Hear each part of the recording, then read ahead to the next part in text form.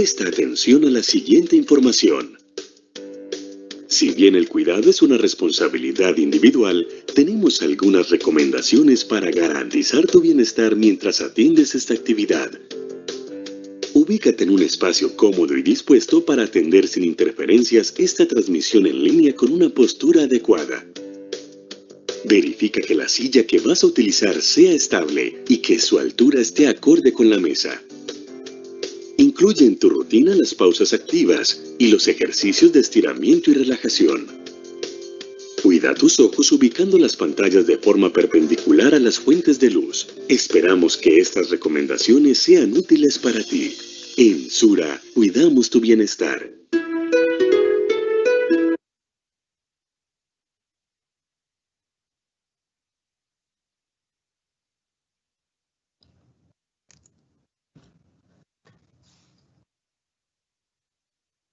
Muy buenas tardes. Bienvenidos una vez más a este enriquecedor espacio que nos brinda EPS Sura. Y en esta ocasión vamos a hablar sobre un tema importante que a veces poca o ninguna relevancia le damos por desconocimiento posiblemente o porque estamos muy jóvenes para hablar de ello en este momento, pero que influye directamente en nuestra expectativa de vida y principalmente es de gran impacto en la calidad de vida que queremos tener. Es por eso que para ustedes traemos esta tarde, esta noche, este tema tan importante, riesgo cardiovascular en personas que conviven con el virus del VIH-Sida. Yo soy Carolina Torres, médico de programas especiales en la ciudad de Bogotá y estaré tengo el gusto de estar como moderadora de la conferencia. Estaré muy atenta a sus inquietudes, preguntas, comentarios sobre este tema de tanta relevancia que resolveremos al final de la conferencia. Los invitamos también a diligenciar el formulario de asistencia que aparece en el link al inicio del chat de la reunión. Bueno, a continuación es un placer para mí presentar a nuestro conferencista, el doctor Gustavo Sanín.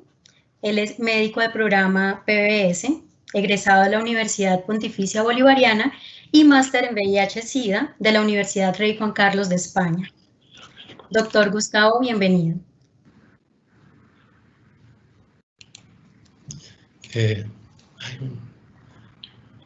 Buenas noches, ¿sí me escuchan bien? Sí, doctor, estamos escuchando. Bueno, muy buenas noches, muchas gracias Carolina por la presentación. Un saludo a todos los participantes, muchas gracias por estar acá. Para que podamos aprender cositas nuevas.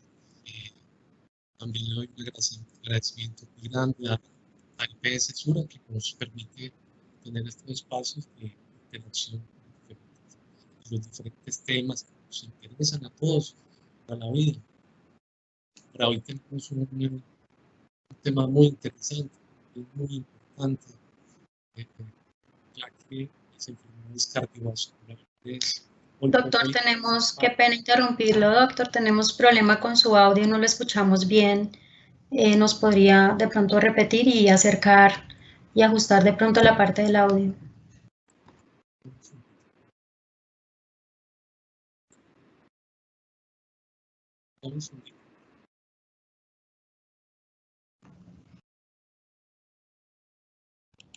Perdón, ¿me escucha bien? ¿Sí? Ahí sí. Ahora sí.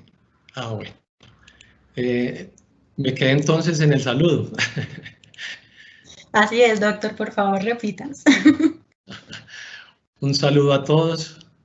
Muy contento de estar acá, compartiendo nuevamente un espacio de un foro para tener conocimientos, compartir conocimientos con todas las personas, con todos los usuarios y con los pacientes o las personas que conviven con el virus del VIH. Está dando un agradecimiento también a EPS Sura porque nos permite tener estos espacios desde el punto de vista técnico, tecnológico, nos ayuda pues a acercarnos a todas las personas. Para hoy tenemos un tema que es para mí muy importante y extremadamente interesante, que es el riesgo cardiovascular.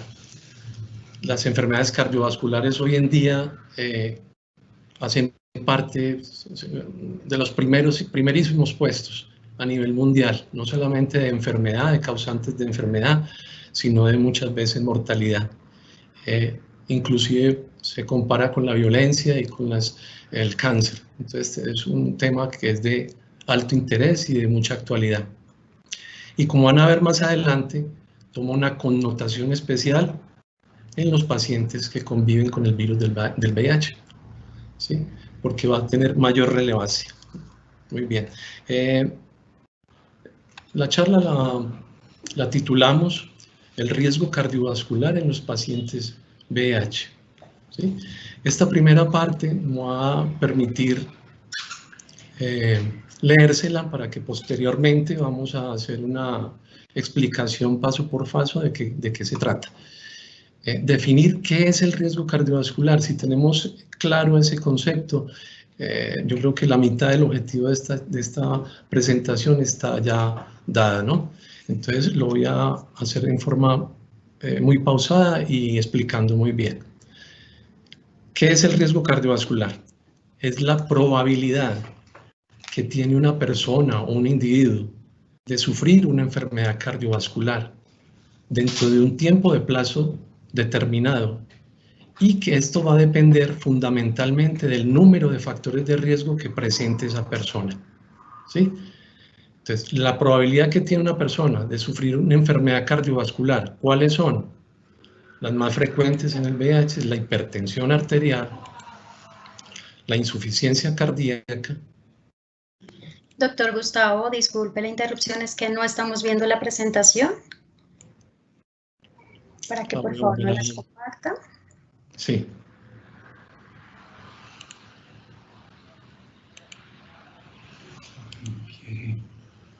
No quiere cargar. Permíteme un momentico, Carolina, no me quiere cargar la... Claro que sí. ¿Sí?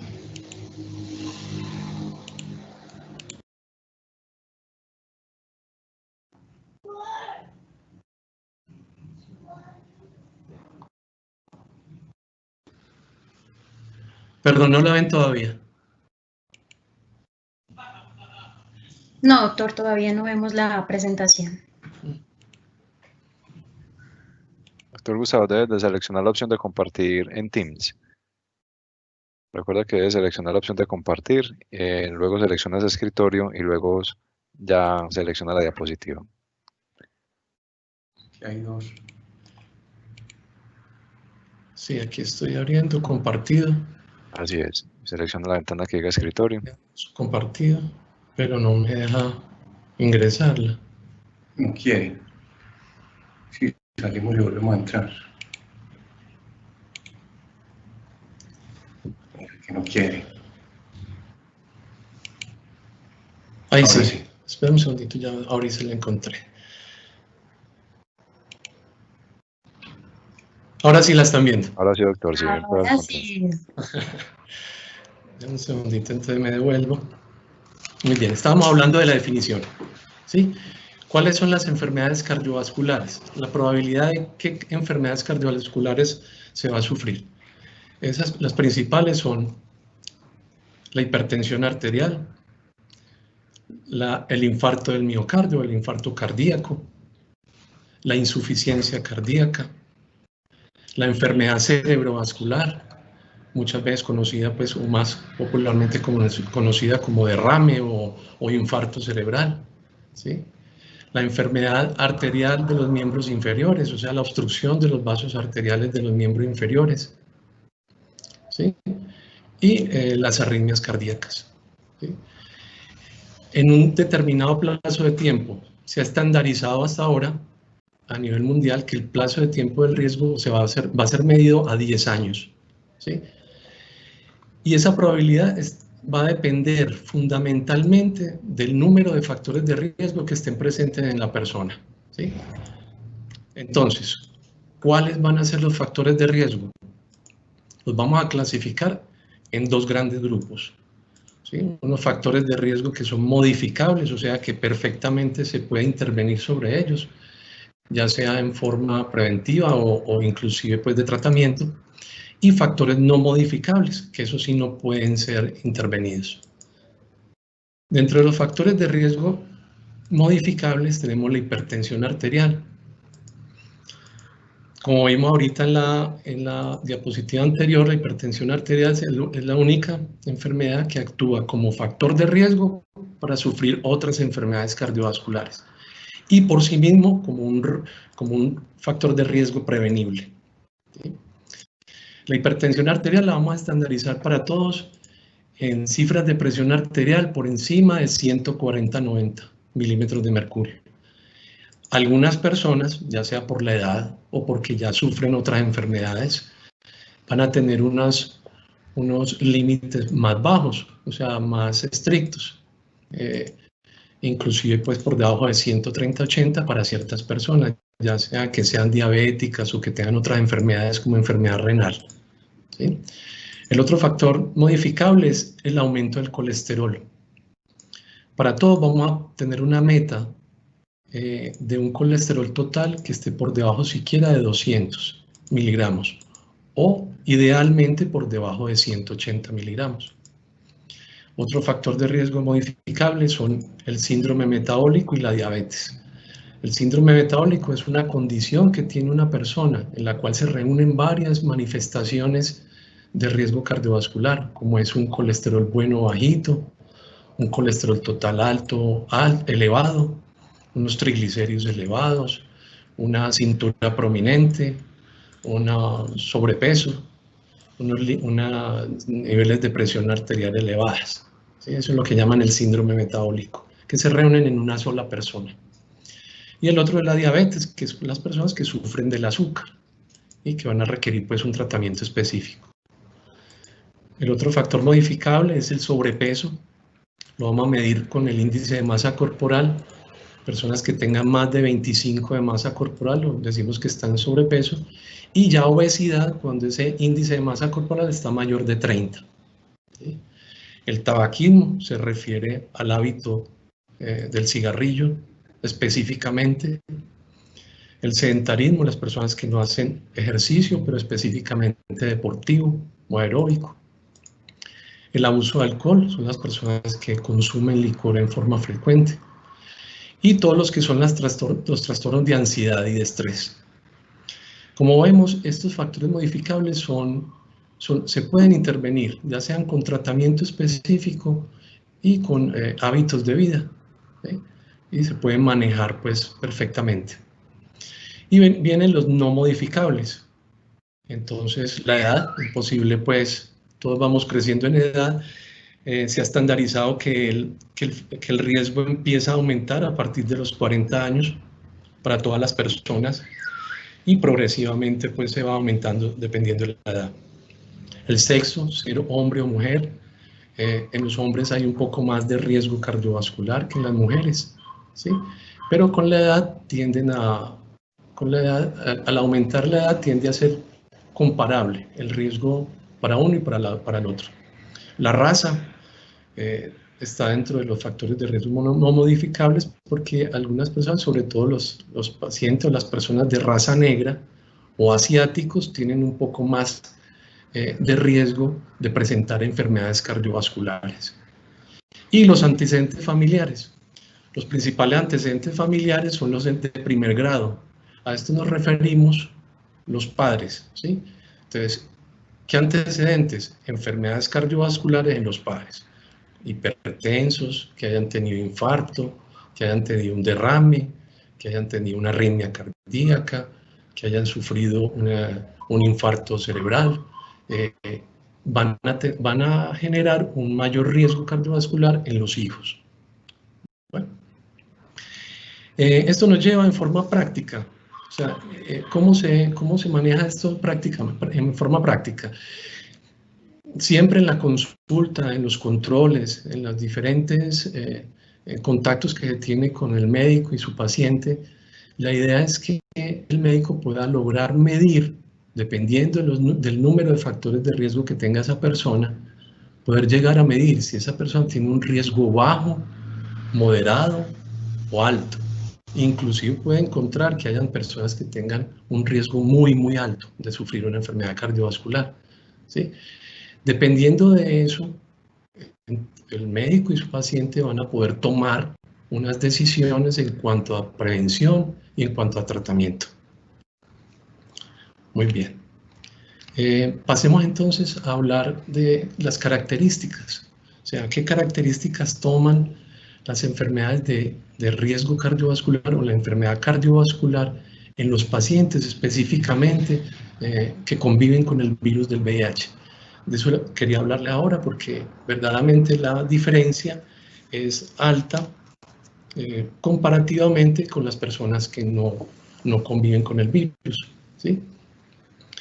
Sabemos que desde que la terapia antirretroviral temprana, o sea, que se inicia desde el momento mismo del diagnóstico y que es eficaz, pues el VIH ha pasado pues, de una enfermedad que era antes considerada progresiva y muchas veces mortal a una enfermedad que es crónica, ¿cierto? De hecho, pues se considera crónica de hace relativamente poco tiempo. Es una enfermedad crónica que es manejable completamente, que tiene su tratamiento y muy amplio, esquemas de tratamiento que pueden controlar muy bien la enfermedad.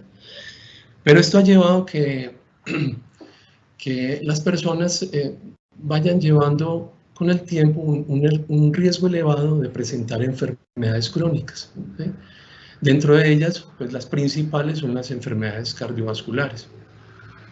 Se sabe, pues, que las tasas o la frecuencia de presentación de los infartos o de los derrames, inclusive de muerte súbita, de arritmias cardíacas, es significativamente más alto en los pacientes que conviven con el virus que comparativamente con las personas que no. En parte es atribuible a una inflamación crónica que se presenta en los tejidos internos de los vasos sanguíneos que van a irrigar los diferentes órganos y que van a generar una formación de placas y de obstrucciones a nivel arterial, ¿sí? Muchas veces esto es generado por la activación que tiene el virus del VIH dentro del sistema inmunitario del cuerpo, que hace que esa activación inmunitaria sea errática, ¿sí? Entonces, lo que llama una disregulación en la inmunidad, ¿sí? Con la terapia antirretroviral contemporánea, pues todo lo que sabemos hoy en día y que se ha generalizado a nivel mundial, todas las personas tienen mayor acceso a las terapias tempranamente. Esto ha llevado que las personas que viven con el VIH tienen mucho más tiempo. De hecho, ya este año hay estudios que ya muestran es equiparable la expectativa de vida de los pacientes VIH con la población general, ¿sí? Pero las personas que viven con el virus del VIH van a presentar un riesgo más elevado de enfermedades crónicas, ¿sí? Parece ser que lo que más influye es que se presente una viremia, o sea, un virus detectable en la sangre no bien controlado y una disminución en las defensas, lo que llamamos los CD4. ¿Sí? Todos conocemos, los pacientes lo conocen, siempre los medimos y estamos pendientes de esos CD4. Por eso es muy importante el inicio temprano de la terapia antirretroviral para no permitir que esos CD4 se disminuyan y eso actúa protegiendo en cierta forma. Lo mismo lograr contener la carga viral lo más rápidamente posible, normalmente entre los primeros 4 a 6 meses de tratamiento. Eso hace que se presente una relativa protección sobre las enfermedades crónicas y muy específicamente son las enfermedades cardiovasculares, ¿sí? También se sabe que entre mejor esté la relación entre los CD4, o sea, los linfocitos TCD4, las defensas, y los linfocitos TCD8, entre menor sea esa relación, va a ser mejor, o sea, que los CD8 sean más bajitos y los CD4 más altos. Eso va también y se sabe que protege. Cuando esa relación está aumentada, hay un riesgo aumentado de enfermedades cardiovasculares. Muy bien.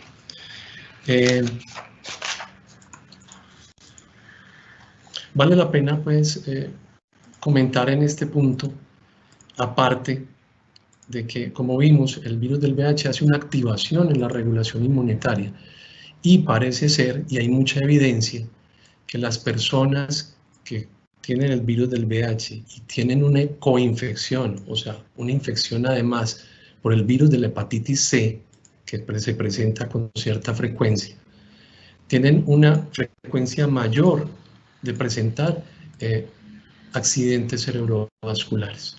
¿Sí? Bueno, hablando de los mecanismos de presentación de la enfermedad cardiovascular, podemos decir que la evidencia nos indica una mezcla de los factores de riesgo tradicionales que hablamos ahora al principio, como son los factores de riesgo modificables y no modificables, situaciones inherentes al virus del VIH como tal, como la activación inmunológica, ¿sí? Situaciones inherentes también a la terapia antirretroviral, porque sabemos que muchos medicamentos antirretrovirales pueden generar un cierto grado de elevación en el colesterol, en los triglicéridos, en el azúcar, en la sangre, ¿sí? Y algunas situaciones pues, comportamentales ya dependiendo de las personas, ¿cierto? Como es el tabaquismo, el consumo de sustancias psicoactivas que puedan, o el consumo de alcohol, que puedan generar pues, más riesgo cardiovascular. Bien.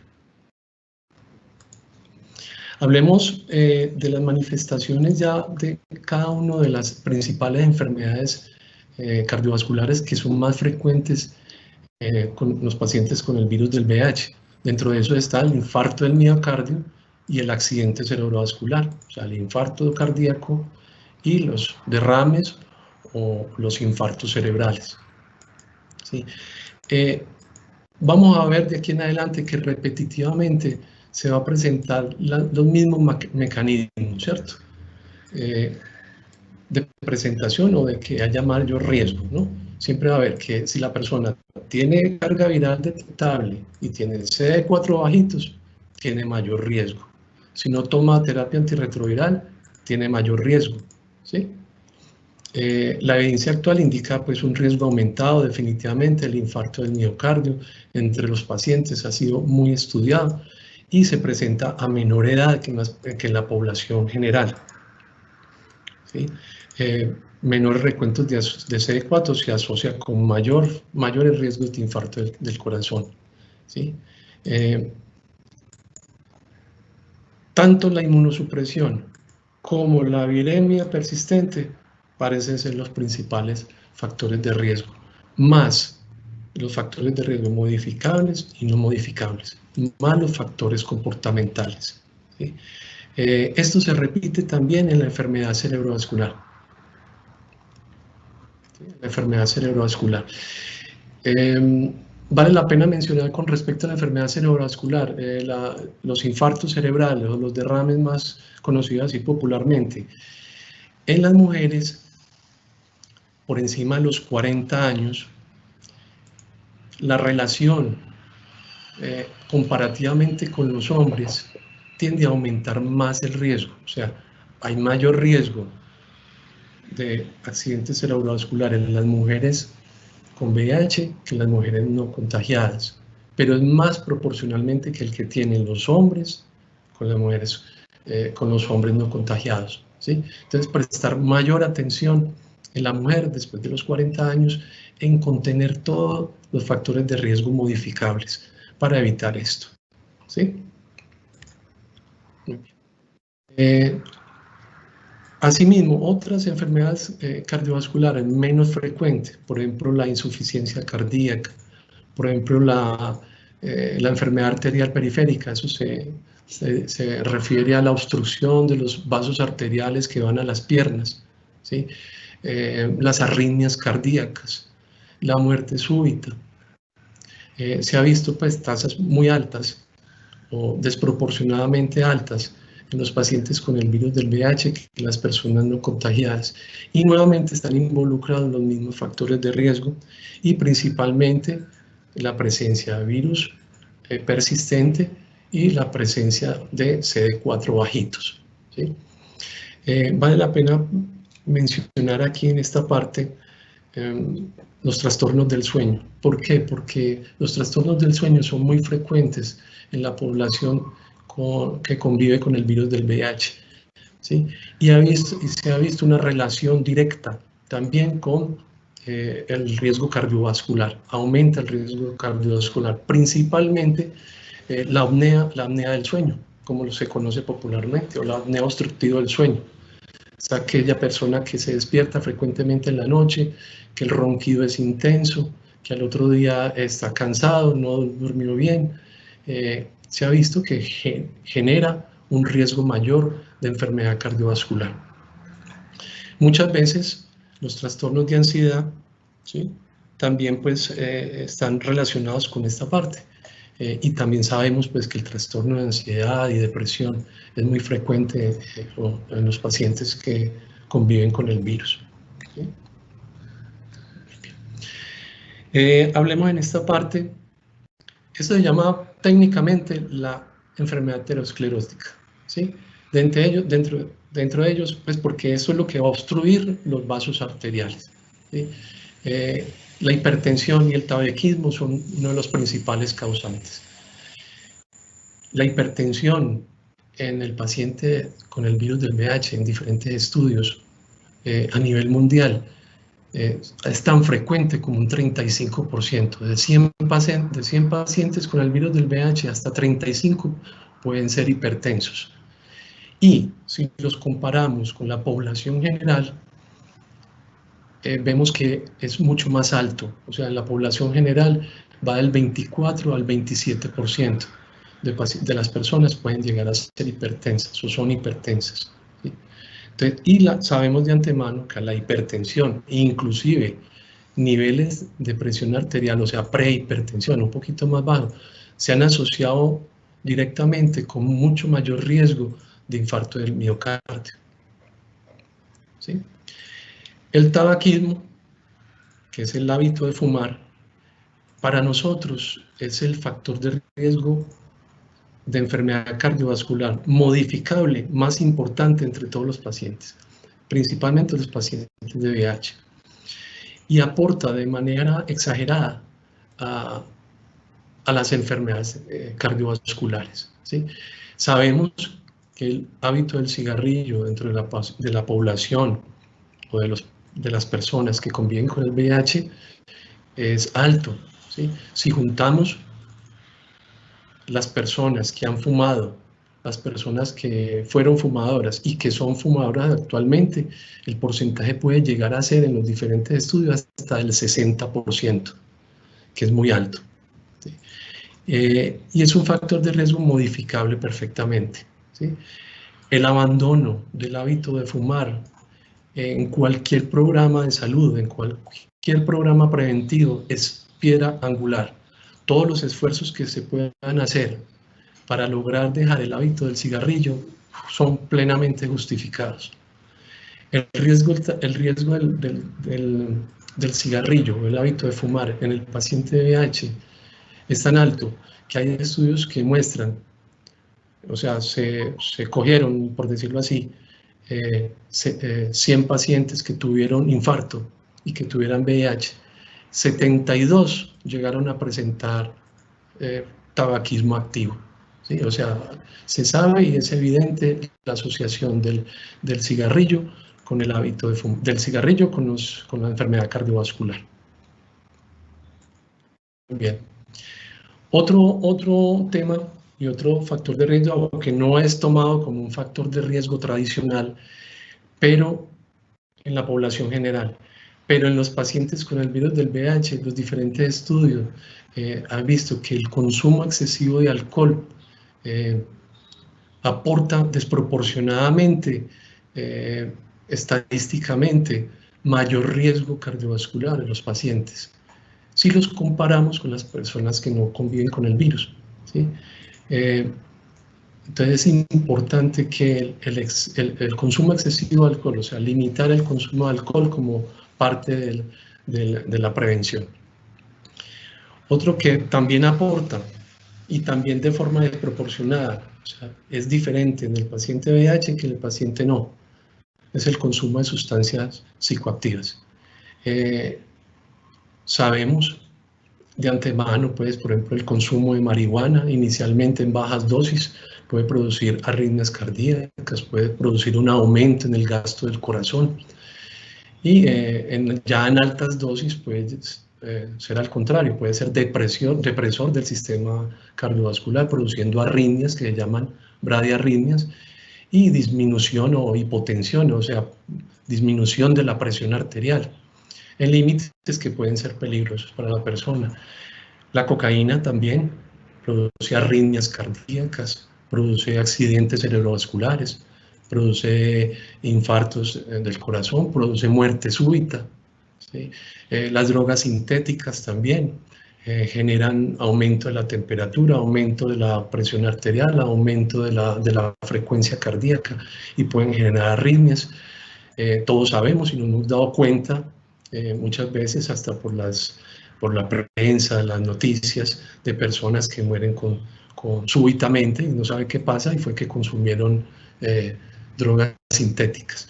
Y toma especial connotación en los pacientes VIH que supuestamente deben de estar en tratamiento antirretroviral. Y generalmente todas estas sustancias psicoactivas tienen interacciones importantes con los diferentes antirretrovirales que los vuelven muchísimo más tóxicos. Muy bien. Hablemos un momentico de la prevención y el tratamiento, ¿no? De pronto el tratamiento no tanto, pero sí la prevención sobre lo que llama prevención primaria y secundaria. O sea, nos va a servir tanto para prevenir como para tratar la persona que ya tiene enfermedad cardiovascular. El primer paso para cualquier persona, población general, población con el virus del VIH, es la optimización del estilo de vida saludable. Esto es para aplicarse a cualquier persona, ¿sí? La adherencia a un estilo de vida saludable es el primer paso. Es esencial para prevenir las enfermedades cardiovasculares, ¿sí?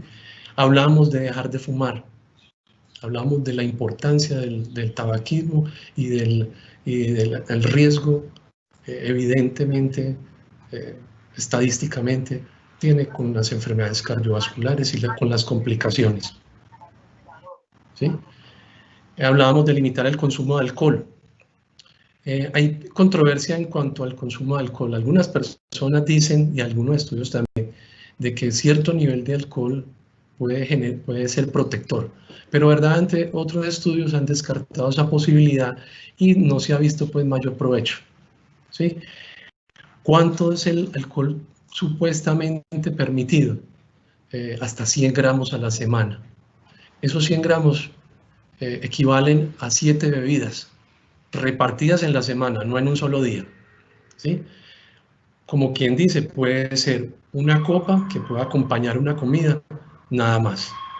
Ese es el nivel de alcohol que es permitido y que puede ser que no tenga pues nocivo para producir enfermedades cardiovasculares, ¿sí? La actividad física es esencial.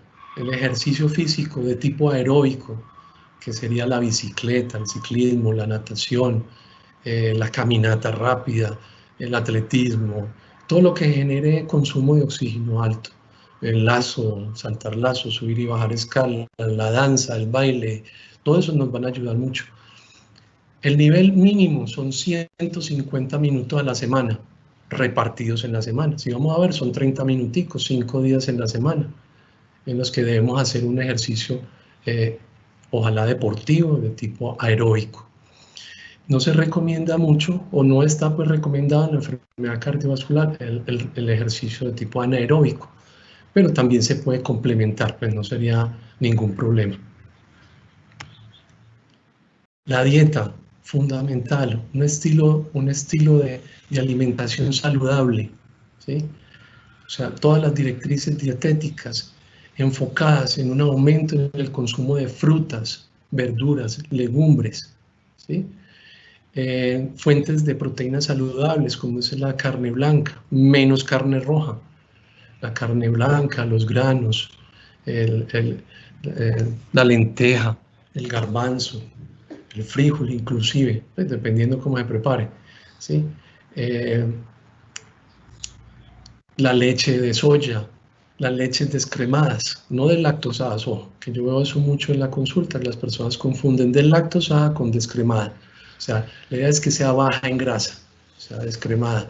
Entonces los yogures light, la leche descremada, la cuajada, todo eso nos va a ayudar a tener fuentes de proteínas saludables y bajas en grasas de origen animal. Preferir los aceites vegetales, siempre por encima de los aceites de origen animal. ¿Sí? Todos los conocemos, pues, el girasol, la oliva, y los aceites, pues, como el aguacate, que es un aceite vegetal saludable. Limitar, no suspender, pero sí limitar la ingesta de dulces, bebidas azucaradas, gaseosas, bebidas endulzadas artificialmente, que pueden generar inclusive pues, sobrepeso, y en las personas que tengan síndrome metabólico o diabetes, pues verdaderamente están contraindicadas. Y disminución en las carnes rojas. ¿Sí? Como vemos, estas indicaciones nos van a ayudar mucho, tanto para prevenir como para tratar las personas que están con enfermedades cardiovasculares. ¿Sí? Pero es muy importante pues, el tratamiento ya médico como tal. Cuando se requiere medicación, ya específicamente va a ser individualmente evaluado con su médico y se va a determinar pues, qué terapias se pueden hacer. Pues hasta aquí les tenía pues, el tema. Yo quería dar unas conclusiones muy específicas para que nos llevemos para la casa, como un resumencito para tarea. ¿Sí? Primero, concientizarnos de que el riesgo cardiovascular en las personas que viven con el VIH es más alto y empieza más temprano en edad. ¿Sí? En la medida que tomemos conciencia de eso, vamos a tomar mayor conciencia de tratamiento y de prevención. 2, siempre en los controles, tratar de que haya una medición específica del riesgo cardiovascular, si es leve, moderado o bajo, o alto, o muy alto. ¿Sí? 3, dejar de fumar. 4, evitar el consumo de sustancias psicoactivas. 5, limitar el consumo de alcohol. 6, perdón, hacer ejercicio físico. 7, tener una dieta alta en frutas y verduras, legumbres, proteínas saludables y baja en grasas de origen animal. Y 8, tratamiento específico. Si ya estamos con una enfermedad cardiovascular, tratarla y llevarla a un control permanente, estable en el tiempo, que nos permita prevenir complicaciones. Hasta ahí pues, tenía el tema. Muchísimas gracias.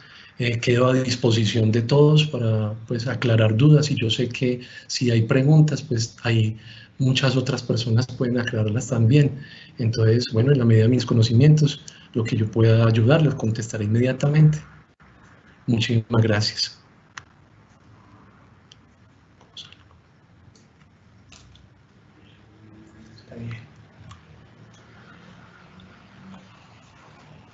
Doctora Carolina, qué pena. Tienes bloqueado el micrófono. Qué pena. Doctor Gustavo, muchas gracias por su excelente ponencia. Quedamos pues muy claros en todas estas indicaciones que nos dio y en esas tareitas que no solamente son para las personas con condición que tengan y que convivan con el VIH, sino realmente toda la población deberíamos claramente hacerlas y ejecutarlas. Muchas gracias, doctor. Y pues por aquí hay una excelente participación. Gracias a todos por participar, y está pues abierto también a más preguntas. Y a continuación, doctor, pues voy a leer unas de las preguntas que nos han hecho los participantes esta noche. Buenas noches, quisiera preguntar, a mí la doctora siempre me ha enviado atorvastatina de 40 miligramos. Si en los exámenes casi siempre me sale el colesterol en los límites y nunca me la quitan, pues normalmente realizo deporte y me alimento bien, ¿por qué estos niveles no me bajan? Mis papás siempre han sufrido de colesterol alto. Sí, entendido, eso es cierto, y lo hablábamos ahorita, ¿no? Parte es uno de los factores que que el mismo virus como tal pues aporta a la enfermedad cardiovascular, y es la terapia antirretroviral. Como veíamos, la terapia antirretroviral protege. Entre más rápido se inicie, entre mejor se mantenga el control viral e inmune, mucho mejor. Pero tiene sus efectos secundarios en algunas personas que se pueden manifestar más, ¿cierto? Y es que puede aumentar el colesterol, puede aumentar los triglicéridos, pueden aumentar los niveles de azúcar, ¿sí? Obviamente, pues, ya individualmente, ya es muy difícil pues evaluar el caso, porque hay que evaluar individualmente, medir el riesgo cardiovascular de esa persona. Acuerde que hay que mirar la edad, si fuma o no fuma, si hace ejercicio o no hace ejercicio, cómo es su dieta, qué medicamento antirretroviral está tomando, ¿sí? Con qué adherencia toma el medicamento para bajar el colesterol, si los niveles son adecuados para su riesgo cardiovascular o no, están por encima.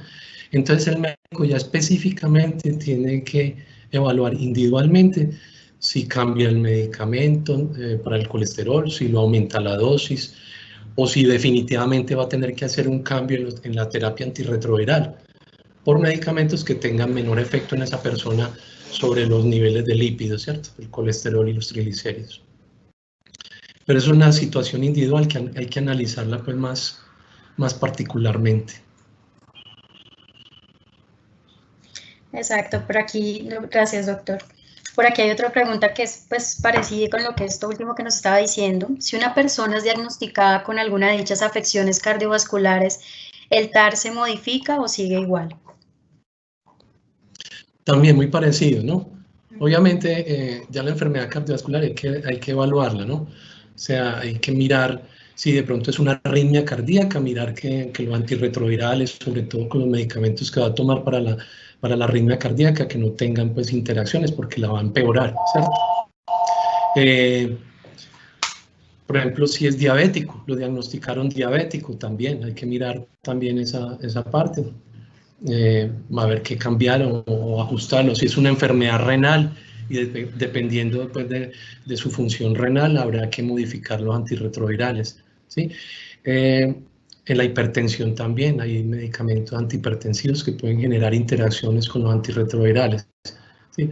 Pero es una situación también muy individual, ¿no? No a todos los pacientes se les va a cambiar, porque muchas veces pueden seguir con la misma medicación, con un buen control viral, un buen control inmune. Recuerden que es lo fundamental, ¿sí?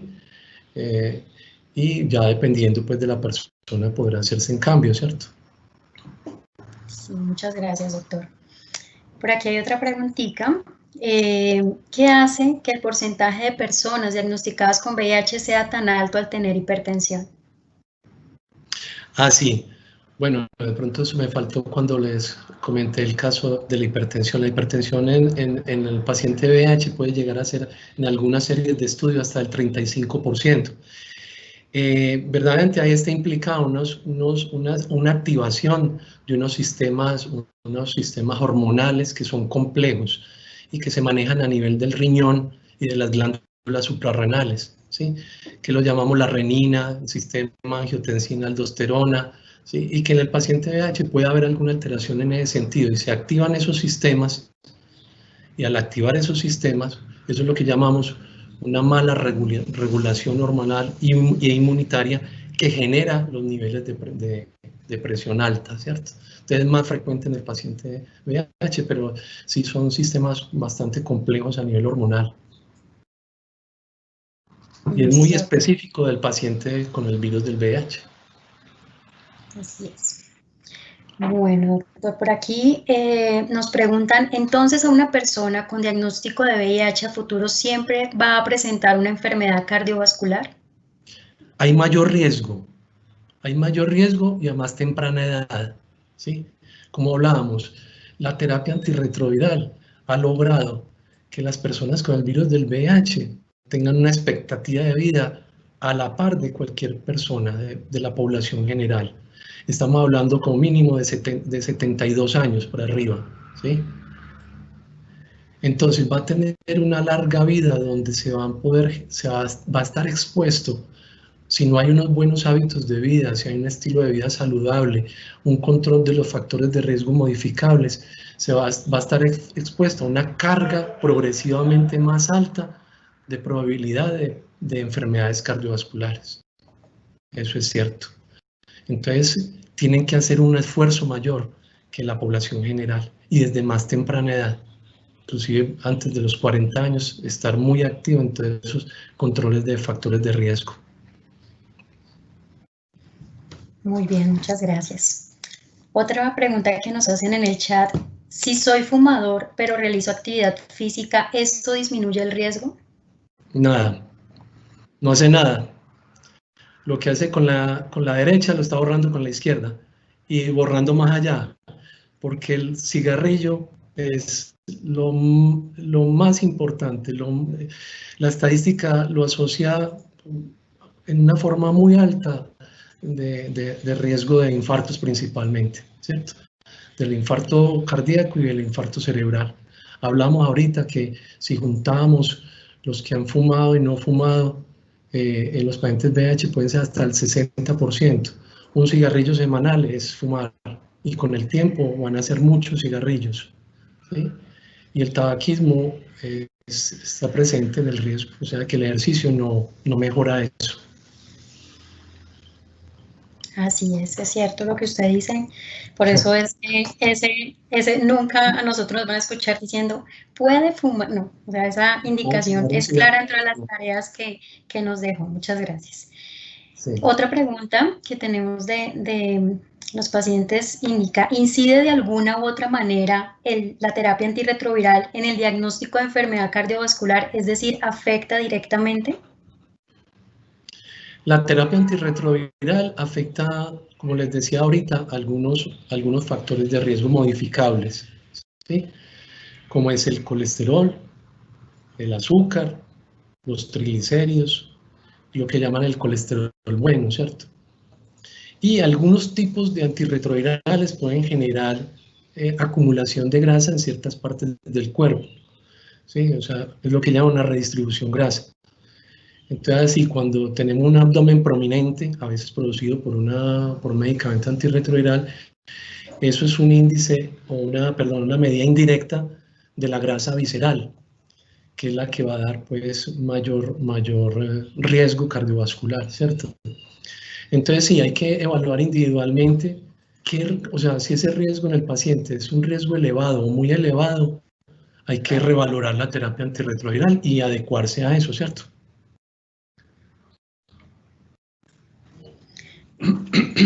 Bien, muchas gracias. Por acá tenemos otra pregunta. ¿Cómo saber si la presión está alta? ¿Algún síntoma puede orientarnos o es verdad que no se siente nada? No, para que la presión arterial alta de síntomas tiene que estar demasiado elevada, ¿sí? Es una enfermedad silenciosa que requiere estarla tomando con cierta regularidad, ¿sí? Y que pues tiene sus cifras muy específicas, ¿no? Hablábamos al principio que por estandarizarlo, pues, el límite es 140-90 milímetros de mercurio. Pero algunas personas, y dependiendo de su riesgo, de su edad, de sus enfermedades concomitantes, o sea, qué otras enfermedades sufren, van a necesitar niveles o sea, unos objetivos de presión arterial de pronto más bajos, ¿cierto? Sí, eso es. Ok, gracias, doctor. Otra pregunta. Tengo 40 años, colesterol total por encima de 240 y antecedentes familiares. Realizo ciclomontañismo 2 a 3 veces por semana y diagnóstico hace 5 años. ¿Debo realizar algún programa de exámenes preventivos? A ver, como también les decía ahorita, es fundamental, o sea, hay que aplicar unas tablas, ¿cierto? Hay que aplicar unas tablas, o sea, el médico en la consulta va a evaluar específicamente todos los factores de riesgo cardiovascular, en qué límite se encuentra cada uno, cuáles están por encima, cuáles están normales, y de ahí va a sacar un cálculo matemático que le va a indicar qué porcentaje de riesgo tiene esa persona, ¿sí? Si es un riesgo bajo, si es un riesgo moderado, si es un riesgo alto, si es un riesgo muy, muy alto, y a partir de ahí va a generar unas recomendaciones, ¿sí? Inclusive tratamientos médicos, ¿sí? Y esas recomendaciones pues es tratando o encaminados o enfocados a lograr que cada uno de esos factores de riesgo se logre nivelar dentro de los niveles normales y llevar a esa persona, si está en un riesgo moderado, llevarla a un riesgo bajo, si está en un riesgo alto, llevarla a un riesgo moderado. Pero hay que hacer el cálculo específico, no es así pues a ojo, hay que hacer un cálculo específico con unas tablas ya diseñadas previamente. Así es, doctor, y adicionalmente al complementar su respuesta es también que justamente parte del programa que tenemos es que no solamente nos fijamos en está bien la carga viral o CD4, sino que dentro de los exámenes de una persona que está adherente al programa y va a su control semestral o según lo indique el médico tratante, está ese pool de exámenes, como los llama la persona Camilo que está preguntando, exámenes preventivos. Dentro de ese pool de exámenes están esos exámenes preventivos y en cada consulta analizamos justamente no solo que esté inmunológicamente bien, sino que adicionalmente esa parte, ese factor de riesgo cardiovascular esté o no controlado y qué podemos hacer. Otra pregunta, doctor, que nos emiten acá, ¿cuál es el colesterol bueno? ¿Qué hacer para que mejore? Así, el colesterol bueno es el llamado colesterol de alta densidad. Viene pues en las siglas HDL, es el colesterol HDL. ¿Sí? Pues se ha estandarizado también que el colesterol debemos llevarlo por encima de 50 miligramos, ¿vale? Al menos como para tener pues una cifra. Y además de la dieta baja en grasa o sin grasas de origen animal, el aumento del consumo de frutas y verduras, el no consumo de licor, no cigarrillo, está involucrado también el ejercicio físico de tipo aeróbico. Como hablábamos ahorita, 150 minutos a la semana nos van a ayudar mucho a mejorar el colesterol HDL. Es de los más difíciles pues, de controlar, pero se puede, ¿sí? Teniendo unos buenos hábitos, un estilo de vida saludable, se puede. Exacto, y haciendo las tareas que nos dejó de conclusión. ¿Cuáles son las ayudas diagnósticas que debería usar el médico en el control para detectar ese riesgo cardíaco? También lo dijimos al principio, ¿no? Acuérdese, detectar el síndrome metabólico, o sea, colesterol HDL bajito, colesterol total alto, triglicéridos altos, cintura prominente, sobrepeso, niveles de presión elevadas, o sea, detectar el síndrome metabólico. Y detectar ya específicamente los otros factores de riesgo modificables, ¿cierto? O dentro de los exámenes, como es la glicemia en ayunas, todo el perfil lipídico, o sea, todo el colesterol, triglicéridos, HDL, ¿sí? La función renal también, son como los básicos, pues, y ya en la consulta las cifras de presión arterial, ¿sí? El índice de masa corporal, la circunferencia abdominal, todos esos datos le van a servir para determinar el riesgo. Así es, doctor, muchas gracias. Hay otra pregunta en el chat. Buenas noches. ¿Cuál sería la relación ideal entre los linfocitos CD4-CD8 para disminuir ese riesgo cardiovascular de que hablaba al principio? Sí, la relación CD4-CD8 se ha identificado y se ha estudiado sobre todo en el infarto, el miocardio, ¿cierto? El infarto cardíaco. La idea es que la relación en lo posible se acerque a 1, o inclusive si es 1 o más de 1, mejor, ¿sí? ¿Cuándo se logra eso? Cuando los CD8 y los CD4 tienen el mismo nivel.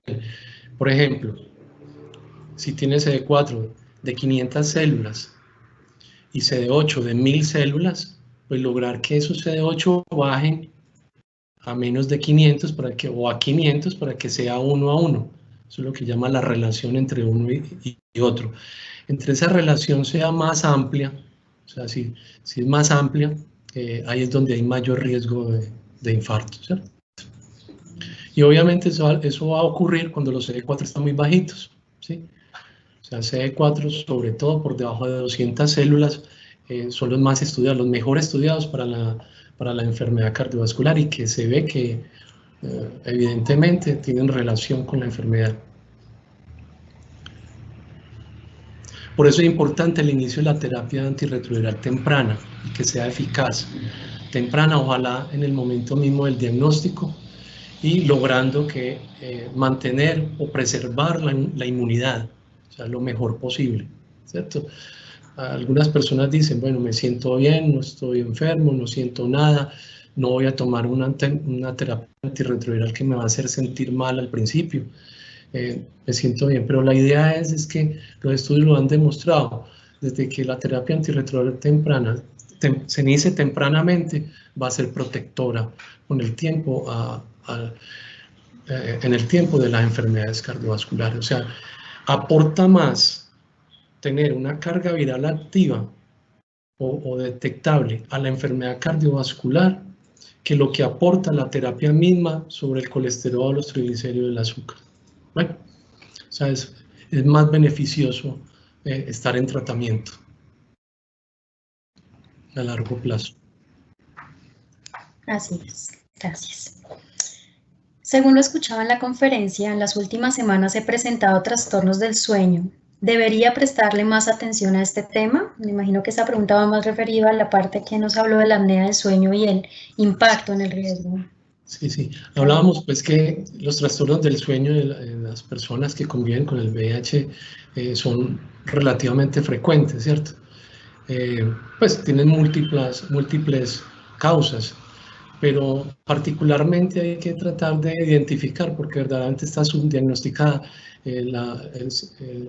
la apnea obstructiva del sueño, que es una enfermedad como tal, una entidad como tal, y que tiene sus criterios diagnósticos, pero sí, claro, siempre hay que comentarle al médico qué trastornos son y él identificará pues si hay algún riesgo o algún signo específico de trastorno o de apnea obstructiva del sueño y ya tomará pues los correctivos, ¿no? Y las pruebas diagnósticas necesarias para lograr el diagnóstico, ¿cierto? Pero sí es cierto, la apnea obstructiva del sueño tiene relación con el riesgo cardiovascular y está subdiagnosticada. Listo, doctor, gracias. Hay otra pregunta por aquí interesante. Según lo explicado, ¿cuál es la expectativa de vida actual en los pacientes con VIH según el último estudio? Muchas gracias. Eso salió este año. Comparativamente a la población general, igual, ¿sí? Están por encima de los 75 años, dependiendo de los países pues, que se mide. Lo que se espera, lo malo es que se sabe que la persona con el virus empieza a presentar enfermedades crónicas o enfermedades cardiovasculares también más tempranamente que las personas que no están contagiadas, ¿cierto? Entonces, por eso hay que hacer un esfuerzo mayor, preventivo, desde más temprana edad, ¿sí? Inclusive pues desde joven, menos de 30 años deberían tener todos estos factores de riesgo en la mente y haciendo todas las medidas preventivas para lograr atrasar lo que más se pueda la aparición de esas enfermedades crónicas. Exactamente, es tarea de hacer estos hábitos saludables de vida que nos van a llevar a mejorar, como les decía al principio, no solo expectativas, sino calidad de vida para que no aparezcan, como dice el doctor, estas enfermedades. Hay otra pregunta que nos hacen. ¿Cuando se tiene crecimiento ventricular derecho hay un riesgo vascular o tiene que ver con antirretrovirales? No, para nada. No, ya debe ser por otra entidad diferente, pero no está relacionado. El aumento del ventrículo derecho, no. Ya habría que ver pues otras situaciones de enfermedades cardíacas específicas que puedan generarlo. Pero no, en este sentido del riesgo cardiovascular no está relacionado. Ok, gracias doctor por la aclaración. Hay otra pregunta que me parece importante porque tenemos muchos pacientes en el programa que están sin terapia antirretroviral. Dice, fui diagnosticada hace un año con CD4 en 1163 y carga viral en 700, aún no tomo medicamento, literal porque le tengo más miedo al medicamento que a la misma enfermedad. Llevo muy buenos hábitos, ¿es recomendable iniciar el tratamiento? Hoy por hoy la indicación a nivel mundial es iniciar la terapia tempranamente y que sea eficaz. O sea, lograr que esa persona llegue rápidamente a una carga viral indetectable. Entre mejor y más rápido mantenga o preserve su inmunidad, va a tener mejor protección a largo plazo. Para la presentación, hablando pues específicamente de las enfermedades crónicas, ¿sí? Que dentro de ellas están las enfermedades cardiovasculares. Entonces, sí, hoy por hoy se aconseja iniciar tratamiento antirretroviral tempranamente a todos los pacientes diagnosticados. Así es, doctor, muchas gracias. Tenemos otra pregunta. Mi papá es hipertenso, ¿eso significa que también lo seré? Hablábamos ahorita al principio que uno de los factores de riesgo no modificables es la herencia, sobre todo los de primer grado, que son los padres, ¿sí? Padre, madre hipertensa, padre, madre diabéticos, padre, madre que hayan sufrido infartos, derrames, ¿sí? Sí, eso traduce en un mayor riesgo. Lo malo es que no se puede modificar. Entonces a esa persona le tenemos que poner más cuidado y desde más temprana edad.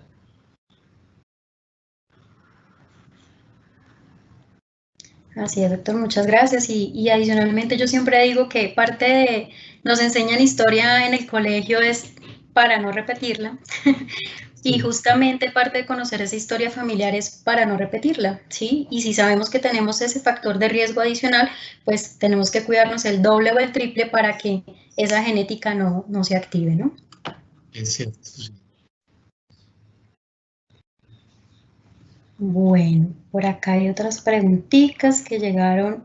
¿Qué riesgo puede tener el consumir alcohol con los medicamentos de la terapia antirretroviral? Bueno, de pronto la pregunta pues se nos sale un poquito del contexto, pero hablábamos ahora pues que a pesar de que el consumo de alcohol no es uno de los factores de riesgo tradicionales, pero en la población general, sí se ha visto pues en los estudios que aporta en forma desproporcionada mayor riesgo cardiovascular a los pacientes que conviven con el virus del VIH, ¿sí? Sabemos que el licor o el alcohol es un depresor del sistema nervioso central y que hay antirretrovirales que actúan específicamente en el sistema nervioso central. Y también pues hay muchas personas que además de eso pues tienen algún consumo de psicoactivos que van a generar mayor depresión. Entonces la aparición de toxicidad puede ser más frecuente, más importante, ¿sí? Y esa toxicidad se manifiesta en depresión del sistema nervioso central, con menores cantidades de alcohol, más frecuencia de arritmias cardíacas, más frecuencia de lo que llaman muerte súbita, ¿sí? Por interacción con los antirretrovirales. Hay algunos que son más seguros, ¿cierto? Pero a veces es muy difícil saber cuándo se va a tomar alcohol y cuándo no. Entonces ahí es donde la persona tiene que ser muy moderada y evitar lo que llaman los atracones, ¿cierto? O sea, ponerse a tomar un fin de semana cuando no ha tomado en toda la semana y tomar un sábado y domingo seguido. Ahí es donde empieza a haber una toxicidad severa y un peligro alto no solamente de enfermedad cardiovascular, sino de muerte súbita. Muchas gracias. Bueno, otra persona nos pregunta, según la respuesta del doctor y sabiendo que la terapia antirretroviral nos ayuda a sostener los CD4, ¿cómo podemos ayudar a bajar los niveles de CD8? ¿Existe alguna otra estrategia aparte de la terapia antirretroviral? Ellos van junticos, Cuando va subiendo los CD4, los CD8 disminuyen, ¿sí? Ellos se van comportando así. Entonces, la terapia antirretroviral va a favorecer controlar el virus y va a estimular a que esos niveles de CD4 empiecen a elevarse y a disminuir esa diferencia entre uno y otros, ¿sí? No hay nada específico que pueda subir los CD8, más que la terapia antirretroviral y unos buenos hábitos de vida, ¿sí? Un estilo de vida saludable. Pero sí, no hay un tratamiento específico para los CD8 y subirlos, no lo hay.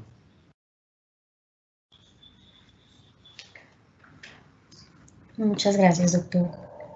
Hay otra pregunta. ¿Paciente con VIH y enfermedad renal crónica en diálisis tiene más riesgo de enfermedad cardiovascular? Claro que sí. Claro que sí. De hecho, pues todos los los objetivos en cuanto a manejo de cada uno de los factores de riesgo se vuelven mucho más estrictos, ¿sí?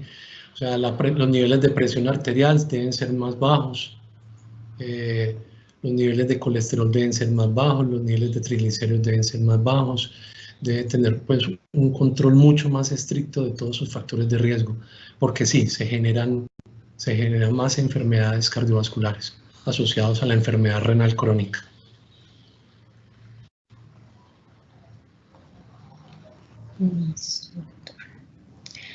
Bueno, por aquí nos están llegando más preguntas. Dentro de los exámenes de control, ¿deberían enviar electrocardiograma al menos anualmente en el caso de pacientes con diagnóstico de VIH? Sí, toma importancia sobre todo cuando se consumen ciertos antirretrovirales que puedan estar relacionados con arritmia cardíaca, ¿cierto? Pero sí, y también otros antirretrovirales que pueden aumentar el riesgo cardiovascular.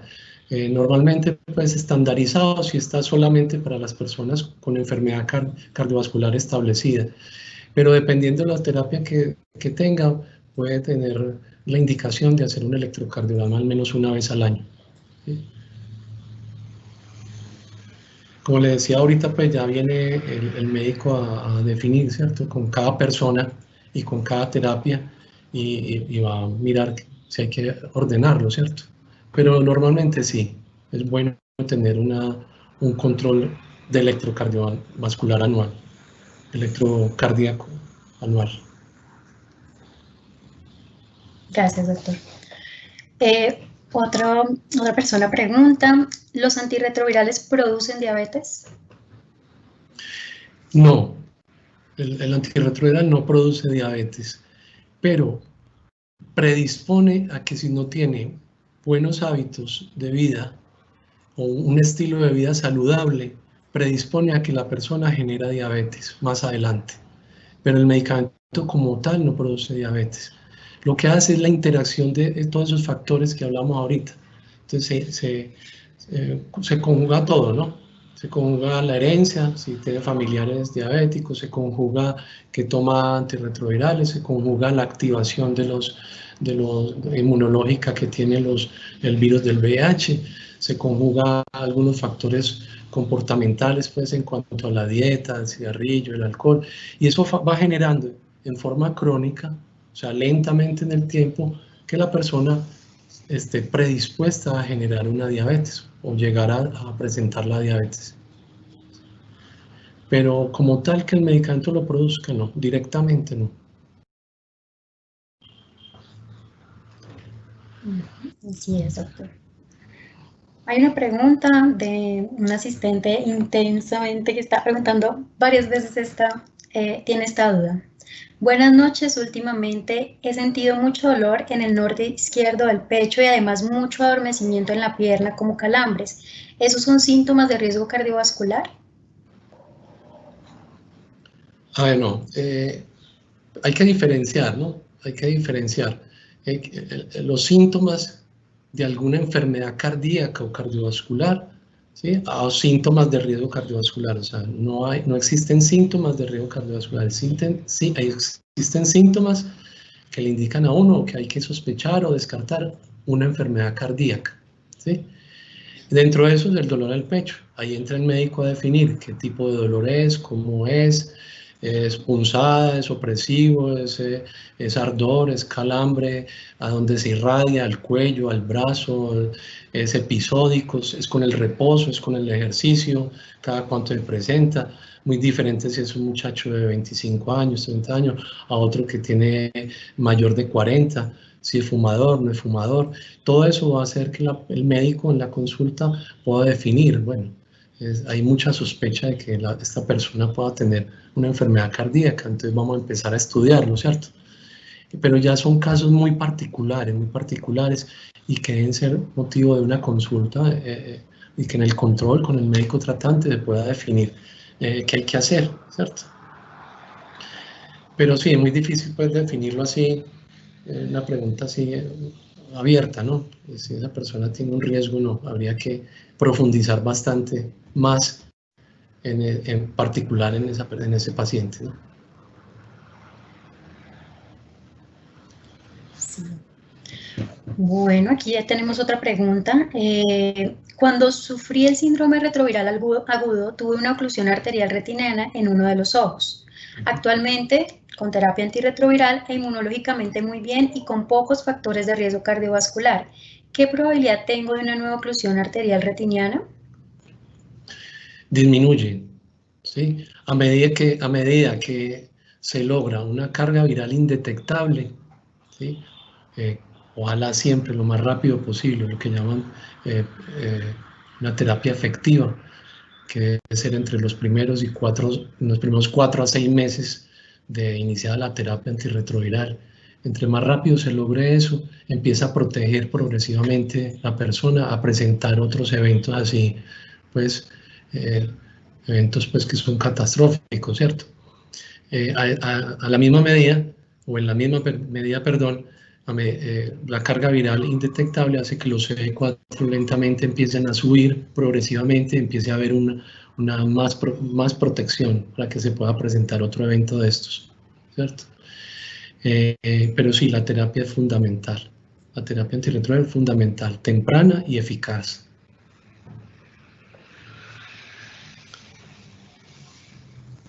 Gracias, doctor, por la aclaración a todas estas preguntas.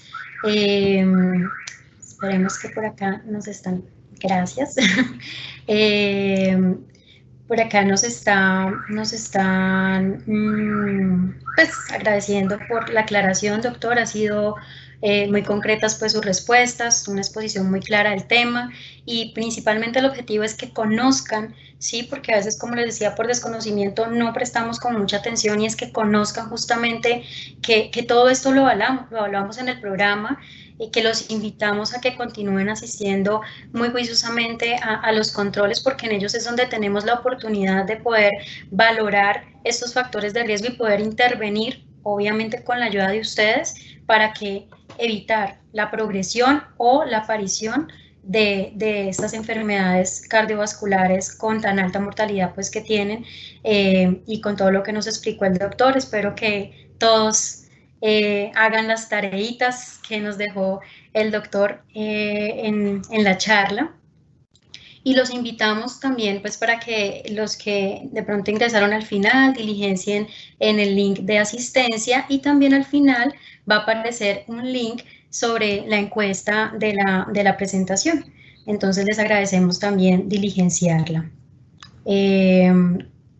También va a quedar al finalizar, queda en el canal de YouTube la grabación de este foro. Entonces también por ahí pueden repetirlo o invitar a personas a conocer sobre la charla o aclarar dudas que hayan quedado. Muchísimas gracias, doctor, por su intervención, por las explicaciones. Muchas gracias a todos los participantes por haber estado tan atentos y participativos.